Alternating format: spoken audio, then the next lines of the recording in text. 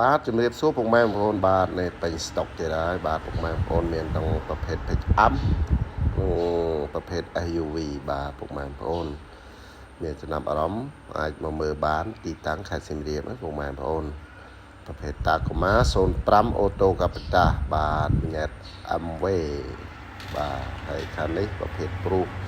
07ហើយខាងក្រោយនេះប្រភេទ Highlander ហើយនឹង Camry 07 Hybrid នេះប្រភេទ Highlander ពណ៌ទឹកមាស Limited Full Option បាទក្នុងលឿងបាទហើយខាងនេះពណ៌ស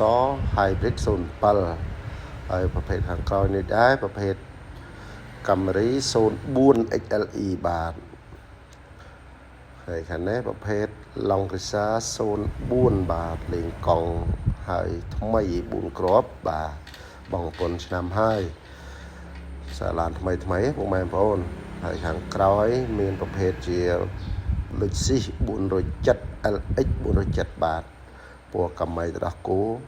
ស្លាកលេខសៀមរាប 2B ខាងនេះប្រភេទ Lexus LX 407ដូចគ្នាពណ៌ខ្មៅឆ្នាំ2003ណាពុកម៉ែបងប្អូនមានចំណាប់អារម្មណ៍អាចទៅមកបានទិញជាលុយសុទ្ធក៏បានរំលោះក៏បានណាពុកម៉ែបងប្អូនទីតាំងខេត្តសៀមរាបផ្លូវសុបរំដួលបានខាងជើងស្តុបខេមរៈភូមិន្ទប្រហែលជា500ម៉ែត្របាទពុកម៉ែបងប្អូនលេខទូរស័ព្ទខ្ញុំដាក់ខាងក្រោមវីដេអូពុកម៉ែបងប្អូនអាចមានចំណាប់អារម្មណ៍ទាក់ទងមកបានណាពុកម៉ែបងប្អូន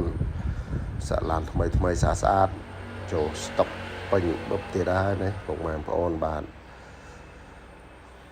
ទសាឡានថ្មីពុកម៉ែបងប្អូនអរគុណច្រើនជំរាបលាពុកម៉ែបងប្អូន